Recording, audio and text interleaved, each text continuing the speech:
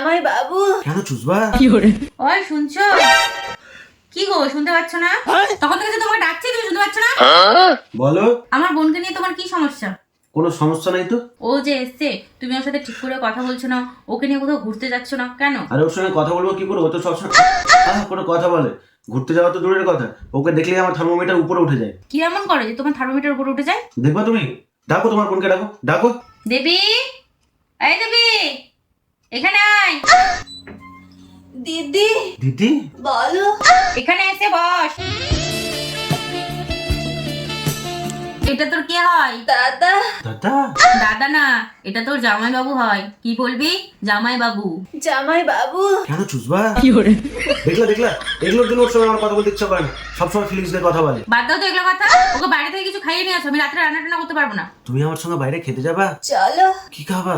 কলা। কলা? কলা এখনো বড় হয়নি সোনা। তুই এখন যা, পরে তোকে ডেকে নিবো।